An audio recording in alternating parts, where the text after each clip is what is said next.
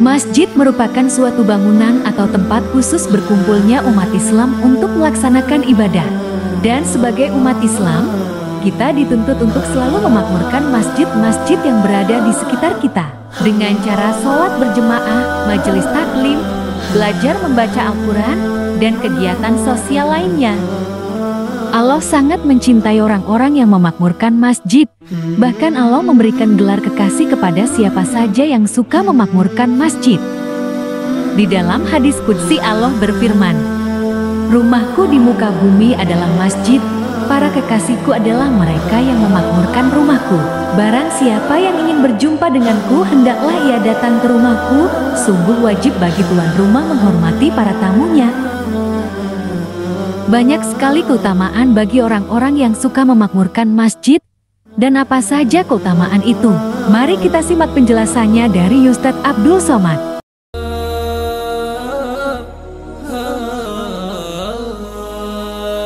Keutamaan mengimarahkan masjid.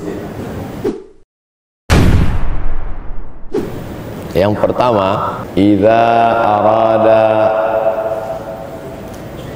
ahadukum bihasanatin, kalau ada orang yang ingin melakukan perbuatan yang baik, falam yaf'alha faktub lahu hasanatan, tidak jadi dia melakukannya, maka tuliskanlah untuknya satu kebaikan. Wa idza amilaha, kalau dia melaksanakannya, faktub lahu, maka tuliskanlah untuk dia bi'ashri amsalihha, 10 balasan, ila 700 dha'fin, sampai kepada 700. Saya ingin sholat berjamaah, tak jadi dia laksanakan, dapat 1. Jadi dia laksanakan, datang dia ke masjid wasatiyah, batu sapi. Batu ni banyak, sapi pun banyak, tapi batu sapi cuma disandarkan. Jadi dia datang, maka dituliskan 10 hingga 700. Ada yang dapat 10, ada yang dapat 200, ada yang dapat 500, ada yang dapat 700. Jadi kita semua yang datang ini dapat dari 10 hingga ke 700. Amin ya rabbal alamin. Man jaa bil hasanati falahu asyru amsalihha, siapa yang membuat satu kebaikan dapat 10. Tapi dalam hadis ini kata Nabi, ila 700 dha'fin. Ini keutamaan yang pertama, orang yang mengimarahkan masjid. Kita semua yang nak ke masjid ini tidak diucapkan di lisan. Tidak ada orang yang nak ke masjid diucapkan di lisan, saya ingin ke masjid. Tak ada. Itu hanya di dalam hatinya saja. Tapi ada juga setengah orang, dia tak ucapkan di lisan, tapi dia tulis di status FB, saya nak ke masjid. Semua orang tahu, baik untuk syiar dakwah. Tapi kalau orang ingin berbuat baik, dia diam. Dari mana malaikat tahu? Padahal yang tahu niat itu hanya kita dengan Allah Subhanahu wa ta'ala. Maka kata Imam Al-Qushairi dalam kitab Ar-Risalah Al-Qushairiyah, malaikat tahu sebab malaikat mencium bau harum semerbak. Jadi semua orang yang berniat baik, malaikat mencium bau harum, malaikat tulis 1. Jadi dia datang ke masjid 10 hingga 700. Tak jadi dia datang ke masjid, sudah dapat 1. Tapi jangan sebab tazkirah subuh ni semua berniat tak jadi ke masjid. Semua mesti berniat dan jadi ke masjid. Inilah dia subuh ini, mudah-mudahan kita istiqamah insyaallah. Amin. Itu yang pertama. Yang kedua, manakala dia berwudu, elok berwudu di rumah, supaya dari rumah hingga ke masjid lebih banyak malaikat yang mendoakan. Tapi andai pun berwuduk di masjid wasatiyah baik juga, bukan berarti dia salah, tidak. Tapi seeloknya dalam hadis berwuduk di rumah, selepas itu baru datang ke masjid. Berwuduk di masjid baik, tapi masjid ada air, ada bil air. Ini sudahlah tak pernah tolong bil air, wuduk di masjid.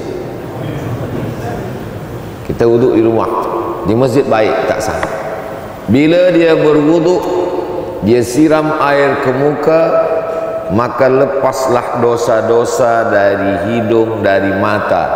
Bila dia siram air ke tangan, lepaslah dosa-dosa dari tangan. Bila dia sapu kepala, maka lepaslah dosa dari isi kepala yang kotor, yang jahat, yang tak baik. Bila dia sapu telinga, keluarlah dosa-dosa dari lubang telinga. Bila dia siram kaki, keluarlah dosa-dosa dari celah-celah jari-jari, kuku-kuku kaki. Hadis ada dalam Sunan Ibni Majah. Jadi wuduk itu ada zahir, ada batin. Wuduk zahir, air yang disiramkan. Wuduk batin, air yang melepaskan najis, hadas kecil dan dosa pun lepas. Maka selepas berwuduk kita menghadap ke kiblat. Asyhadu an la ilaha illallah wahdahu la syarikalah wa asyhadu anna sayyidana Muhammadan abduhu wa rasuluh. Allahumma ja'alni minat tawabin waj'alni minal mutatahhirin waj'alni min ibadikas salihin. Badan sudah bersih, tapi yang tiga ini belum. Maka minta minat tawabin, orang yang taubat kepada Allah. Wal mutatahhirin, suci. Bersih sudah tapi belum suci. Semua orang bersih tapi tak suci. Orang yang sudah berwuduk dia suci. Minal mutatahhirin. Yang ketiga, waj'alni min ibadikas salihin. Maka lepaslah semuanya. Jadi kalau ada orang mengatakan saya ini banyak silap, banyak dosa, banyak maksiat, maka dengan wuduk dia lepas. Ma min muslimin yuznibu dzamban. Kalau ada orang yang silap salah berdosa, summa yatatahhar, mandi atau berwuduk atau bertayamum, summa yusalli raka'ataini, sembahyang sunat 2 rakaat, summa yastaghfirullah, kemudian minta ampun kepada Allah, illa ghafarallahu lah, maka Allah mengampunkan. Maka semua kita yang sudah berwuduk tadi, lepaslah dari semua dosa-dosa kita insyaallah. Tapi hutang tak lepas. Baru setakat hanya dosa mata, dosa telinga, dosa kepala, dosa tangan, dosa kaki. Itu keutamaan yang kedua.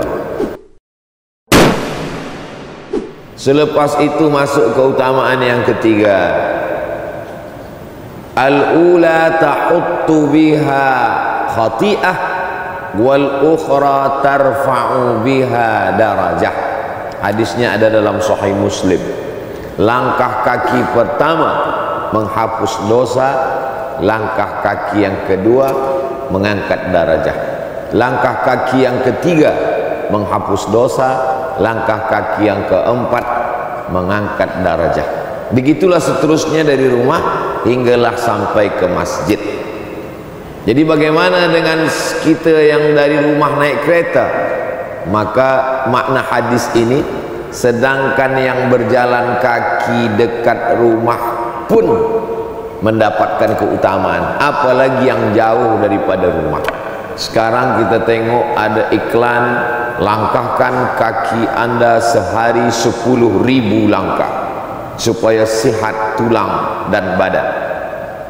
Di dalam badan yang sehat terdapat fikiran yang sehat. Sebab apa? Sebab solat berjamaah. Jadi kalau ada surau, musola, masjid dekat rumah, elok jalan kaki. Tapi Ustaz Somad dari hotel tadi tak jalan kaki. Kalau dari hotel jalan kaki, duha baru selesai. Pukul 6.30 saya mesti ke airport sebab nak teruskan rihlah dakwah ini ke Kota Kinabalu.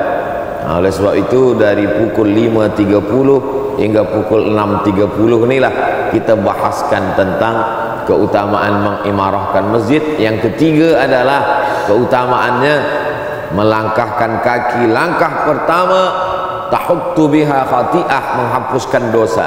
Langkah yang kedua tarfa'u biha darajah, menaikkan darajah. Darajah maknanya dalam bahasa Melayu tangga. Darajah itu tangga. Tarfa'u biha darajah, menaikkan tangga-tangga kita di hadapan Allah Subhanahu wa taala. Jadi semua yang berjalan kaki tadi, langkah pertama, langkah kedua.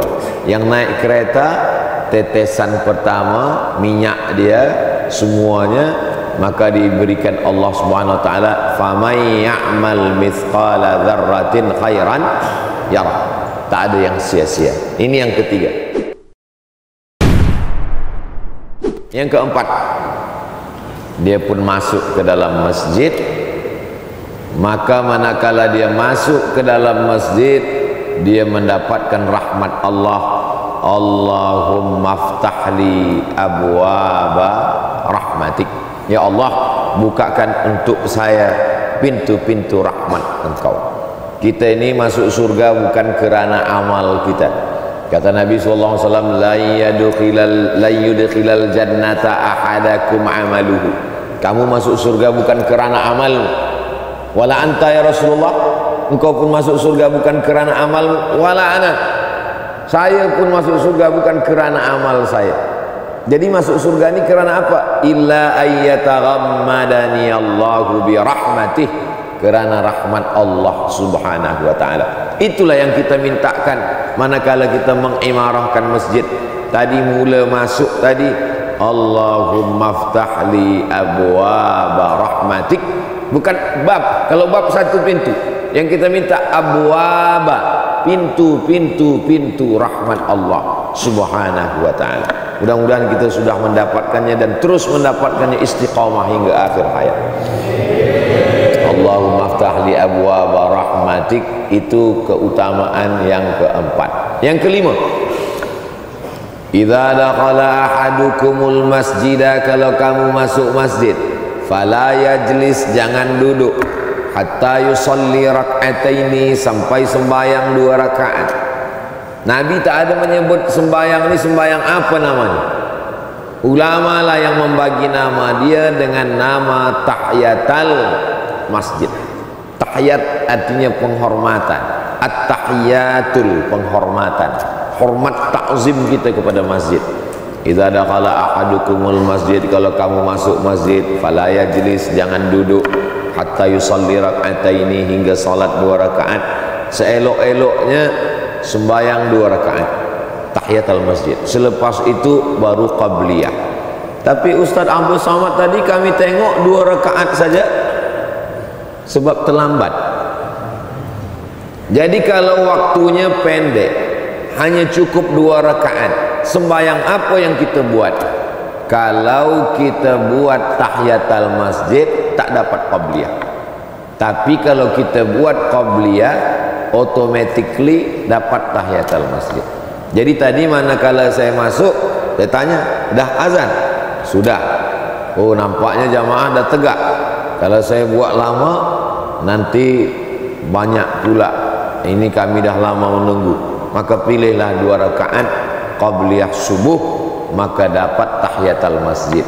Tapi kalau buat tahiyatul masjid, tak dapat qabliyah subuh.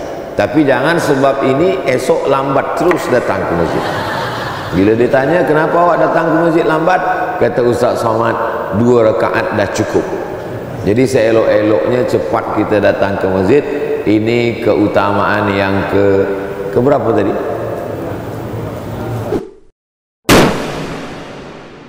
Kelima. Yang kelima adalah sembahyang solat sunat tahiyatul masjid. Siapa yang paling banyak amalnya di dunia ini? Tentu orang-orang yang kaya. Kita mungkin tidak sekaya mereka, tapi kita dipilih Allah untuk menempelkan keningnya ke lantai.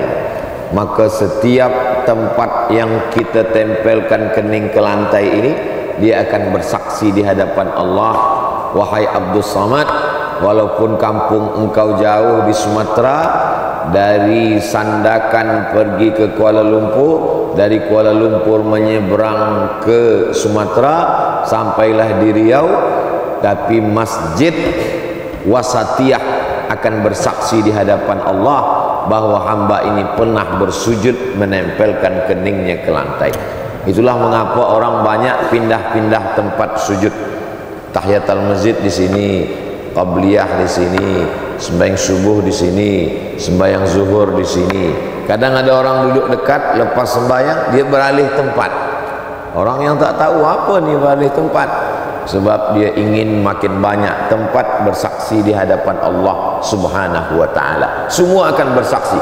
Al yauma nakhtimu ala afwahihim wa tukallimuna aydihim wa tashhadu arjuluhum. Ini hanya kita dapatkan di masjid, sebab di rumah tak ada tahiyatul rumah, yang ada tahiyatul masjid. Bagaimana kalau kita ke surau? Surau pun tetap tahiyatul masjid. Jangan usolli sunnatal tahiyatul surau, tapi tahiyatul masjid. Sebab tempat ini cuma ada dua. Kalau di situ ada sembahyang subuh, zuhur, asar, maghrib, isya, namanya masjid. Tapi kalau di situ ada subuh, zuhur, asar, maghrib, isya, Jumat, namanya masjid jami', masjid yang ada Jumatnya. Masjid Wasatiyah ini masjid saja ke atau masjid jami'?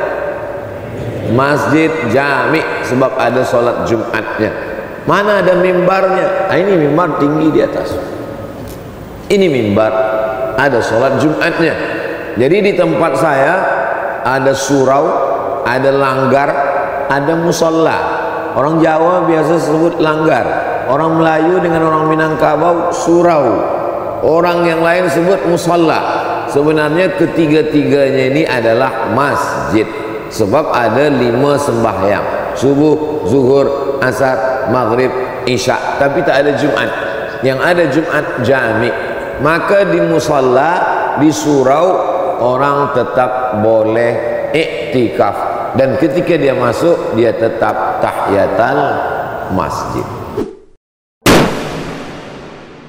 Selepas itu yang keenam, selama dia di masjid itu dia berniat i'tikaf. Nawaitul i'tikafa fi hadzal masjid lillahi ta'ala. Tapi saya tadi tak ada sebut itu lafaz niat. Mungkin dia tak lafazkan, tapi dalam hati dia sudah berniat. Niat ini prosesnya 3. Yang pertama, terlintas di hati, belum niat. Yang kedua, azam, tekad yang kuat, belum niat. Yang ketiga, niat kerana Allah. Apa dia dalam mazhab Syafi'i? Al-qasdu muqtarinan bil fi'li. Niat dalam hati yang sejalan dengan perbuatan. Maka setakat hanya niat dalam hati belum jadi niat. Bila dia dilaksanakan sejalan dengan perbuatan, maka itulah disebut dengan niat. Maka masuk masjid tadi, nawaitul i'tikaf fi hadzal masjid, masjid wasatiyah lillahi ta'ala. Selama kita i'tikaf di masjid ini, maka apa kata malaikat? Allahumma ghfir lahu, Allahumma arhamhu, Allahumma ghfir lahu, Allahumma arhamhu. Ampunkan dosanya, rahmati dia. Ampunkan dosanya, rahmati dia. Tak berhenti malaikat mendoakan dia malam yahdas, selama wuduknya belum batal. Jadi kalau ada yang wuduknya sudah batal, malaikat berhenti. Tapi jangan sebab ini semua keluar nak berwuduk. Kalau ada nanti nak sembahyang solat sunat isyraq, solat sunat isyraq, nanti lepas tazkirah dia ambil wuduk, dia masuk balik, boleh. Tapi andai pun wuduk dia batal, maka dia tetap boleh melaksanakan solat sunat isyraq. 2 yang menyebabkan malaikat berhenti mendoakan. Yang pertama, wuduk batal. Yang kedua, keluar dari masjid. Macam mana saudara kita yang ada di bawah, yang dari awal memang dia tak masuk masjid, dia di luar masjid, selama safnya tak putus. Selama saf tak putus, walaupun sampai ke jalan, walaupun sampai ke pokok kayu, walaupun sampai ke rumah dia. Jadi kalau dekat Masjid Wasatiyah, ada jamaah rumah dia dekat masjid, dia keluar dari rumah, saf dah sampai depan rumah dia, maka dia pun terhitung kira juga mendapatkan pahala macam dalam masjid. Itulah sedapnya orang yang punya rumah dekat masjid, berjamaahnya dekat, dan kalau saf tak putus, dia sudah terhitung kira sama macam orang yang dalam masjid. Sebab yang ditengok itu adalah safnya. Maka kita tengok di Masjidil Haram, dari Masjidil Haram menyambung hingga sampai ke Hotel Hilton atas, sampai ke tepi jalan, sampai ke tempat wudhu yang arah Safa Marwah. Ini semua sebab saf tak putus. Ini keistimewaan yang diberikan kepada umat Nabi Muhammad SAW. Tidak ditengok pada had batas masjid, tapi dipandang kepada sampai ke mana saf itu putus. Sampai kepada Yaman, kata Nabi SAW. Selama saf itu menyambung, maka orang mendapatkan keberkahannya.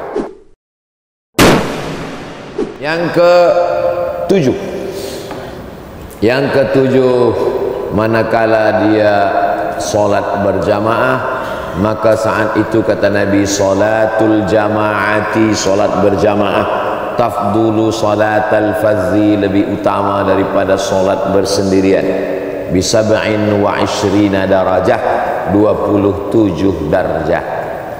Menghitungnya jangan satu sembahyang, tapi hitungnya adalah 1 tahun.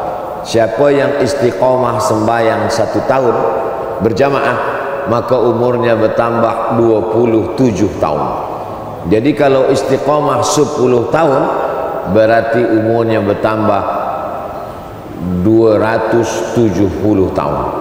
1 tahun 27 tahun, 10 tahun 270 tahun. Itulah mengapa umat Nabi Muhammad lebih dulu masuk surga daripada umat Nabi yang lain. Walaupun Nabi Nuh umurnya 950 tahun, lebih panjang lagi ibadah umat Nabi Muhammad SAW. Kenapa? Karena satu sembahyang 27, setahun 27 tahun, 110 tahun 270 tahun, ditambah dengan Lailatul Qadar. Lailatul Qadri khairum min alfi syahri. 1 tahun 83 tahun, 10 tahun 830 tahun. Jadi kalau umat yang paling pendek umurnya umatku, kata Nabi, baina sittin wa sab'in, antara 60 hingga ke 70, tapi lipatan-lipatan amalnya itu banyak. Nah, jadi jangan hitung kira saya sembahyang sekali. Tidak, kita istiqomah setahun, 2 tahun, 3 tahun, maka ini keutamaan yang hanya ada pada umur umat Nabi Muhammad sallallahu alaihi wasallam. Lau kana Musa hayyan, seandainya Nabi Musa itu hidup, ma wasa'ahu illa ayat tabi'ani, dia pun ingin ikut menjadi umatku. Nabi Musa tak sempat menjadi umat Nabi Muhammad SAW. Tapi manakala Isra Mi'raj, dia ikut sembahyang bersama Nabi, dia menjadi umat Nabi Muhammad SAW. Nabi Isa nanti di akhir zaman sebelum kiamat dia turun. Manakala dia turun, dia ikut menjalankan syariat Nabi Muhammad SAW. Maknanya apa? Dia pun menjadi umat Nabi Muhammad SAW. Nabi Isa alaihissalam turun, dia akan melaksanakan solat seperti solatnya umat Nabi Muhammad sallallahu alaihi wasallam. Itu mengapa dalam Isra Mi'raj itu yang menjadi imam adalah Nabi Muhammad, sedangkan nabi-nabi yang lain menjadi makmumnya, saking inginnya mereka menjadi umat. Maka kita ini umat yang terpilih di antara umat-umat Nabi. Ada yang takdirnya menjadi umat Nabi Musa, ada yang takdirnya menjadi umat Nabi Isa, dan kemuliaan yang paling tinggi menjadi umat Nabi Muhammad. Pertama kali masuk ke dalam surga bisyafaati nabika Muhammadin sallallahu alaihi wasallam. Allahumma salli ala sayyidina Muhammad wa ala ali sayyidina Muhammad.